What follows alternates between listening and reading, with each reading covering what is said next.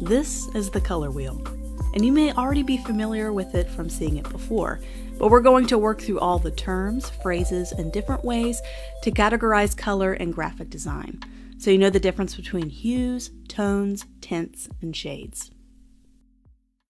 There is a downloadable cheat sheet that lists all of the terms we use in this lesson, so you can study it in more detail later on. First of all, color can either be warm or cool, depending on where it falls on the color wheel, with warmer colors being your orange, yellows, and reds, and cooler colors being your greens, blues, and purples. The three primary colors are red, yellow, and blue, and you can use these three colors to create what are called secondary colors, which are orange, purple, and green. For instance, mixing red and blue together make up purple, and yellow and blue together make green. So the term color.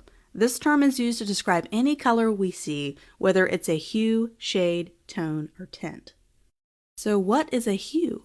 This is a general color family our color belongs to, and you'll notice the absence of grays, blacks, and whites. This only includes color. Hues come in a few main categories: yellow, orange, red, violet, blue, and green. And if you're looking at a maroon color, for example, you would say it has a red hue. And this color, for instance, has both a yellow and a green hue. You may have heard the term tint, along with the term shade.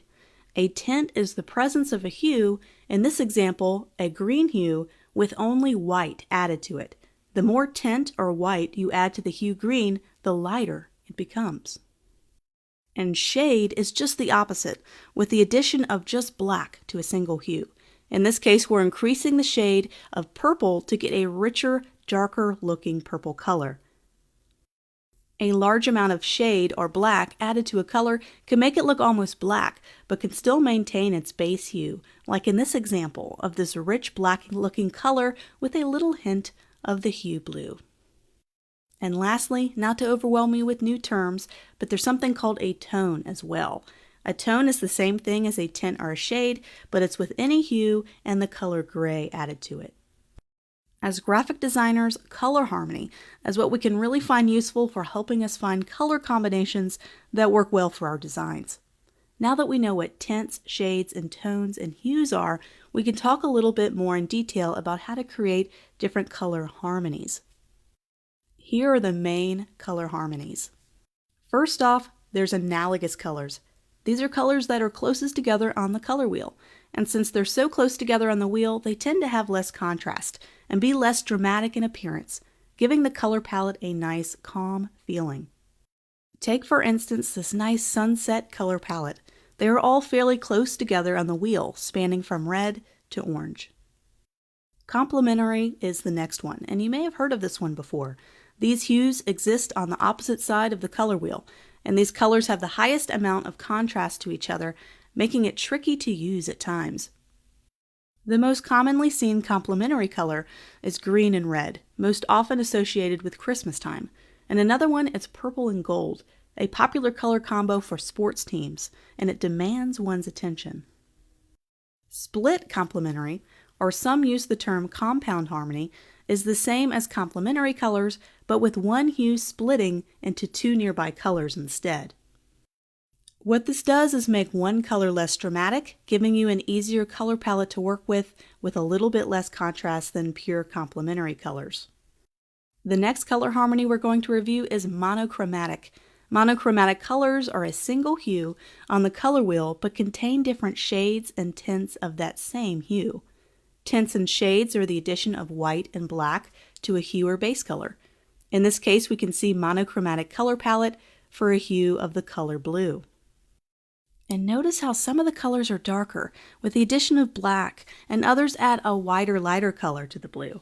Monochromatic colors work really well because of this, and they all contain just one hue or base color, and that means this is a very flexible color harmony, as you don't have to worry about multiple color hues. Next up is the triad harmony.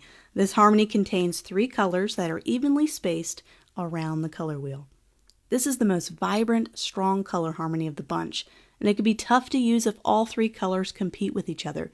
I find this vibrant color option or color harmony more useful for designs that need a more youthful, energetic option, like a children's event.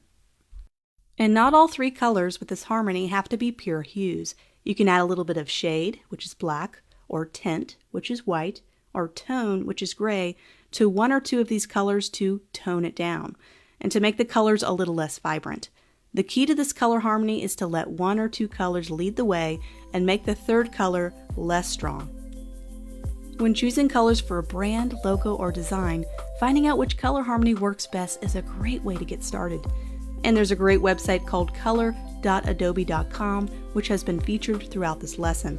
And it's a free place to try to find out what color harmony might be right for your next project. You can explore different color trends, and you also have the ability to upload a photo and find the perfect color palette by using that photo as an inspiration.